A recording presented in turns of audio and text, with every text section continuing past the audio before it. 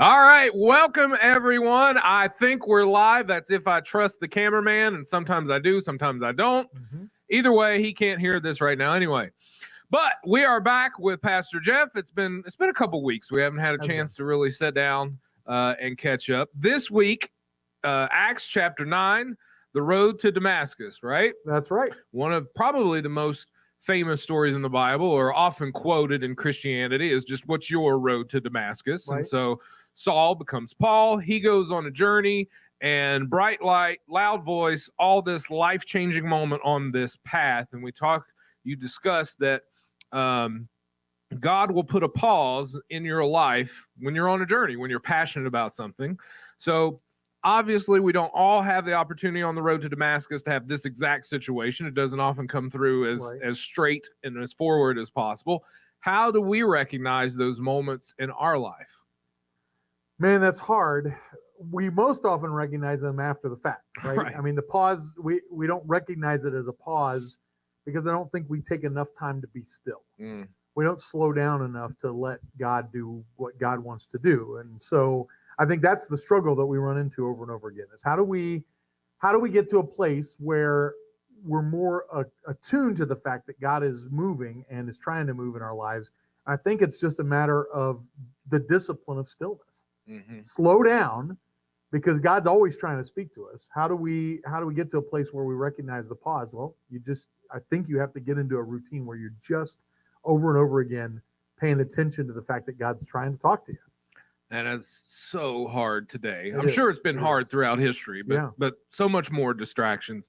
The other thing that I thought is kind of interesting about this is we often think of God kind of redirecting our path, or we're on our path and he's going to send us over here. But he doesn't really in this situation. Like Saul becomes Paul. He's on his path. God continues to let him go down that road, the road to Damascus, obviously. But he doesn't necessarily change course. He just changes the intention, right? Is that... it's not really how I see it. I see like everything changes for him on the. I see what you're saying. He's still going to Damascus, right. but now God's going to use the Damascus experience differently than he was going to experience. Yeah, you're right. So there was the location was not to change. Yeah, God just used. And doesn't God do that all the time? Right. He uses all of the stuff in our life for our good. And sometimes he just has to turn it around. Yeah. And so wherever we were headed, whatever we were doing, God can take all of that stuff and use it for our good. So sorry, I misunderstood what you were trying to do. Well, no, that's why I got that out of your message to me. Okay. So that everyone gets something different. Thanks for sharing that. I loved it. You should preach sometime. I was thinking about that. I'm like, we think that sometimes it's got to go this way or that way, but God used it. He's still on the same path. Okay. And then the other part of that is, how did he push play from the pause? Well, I mean, God sort of did that work too, right? I mean, like there's this moment. He was in that moment of stillness, right? Like I thought I knew what I was doing. I thought I was on a passion. I was on a mission. I had a plan. Thought he knew what he was doing, and all of a sudden everything he knew was not there anymore. Yeah. So like I think he was stuck in this place until so he's praying, right? And God sends his Ananias in. Right. And when Ananias comes and prays over him and the scales fall off his eyes, he sees in a way he wasn't able to see. He sees things he couldn't see before because he had a moment where he had to pause. Yep. God sends someone else in, other people, to push play on our pause. And now he sees things completely different than what he did before. Exactly right. And if that's our God.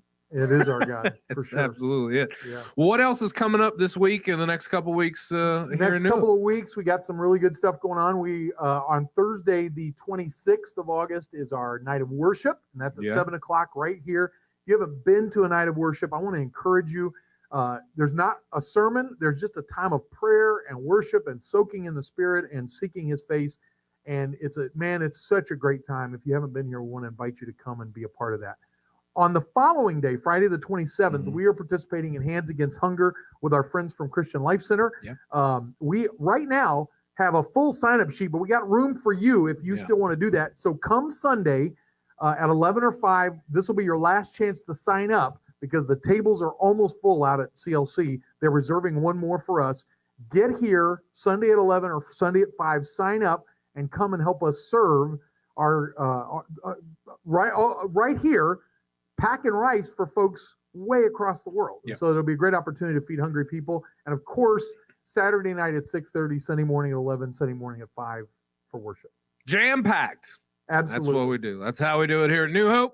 And that's what we do most, is what we do best. It's restoring hope one life at a time through Jesus Christ. We'll see you next time.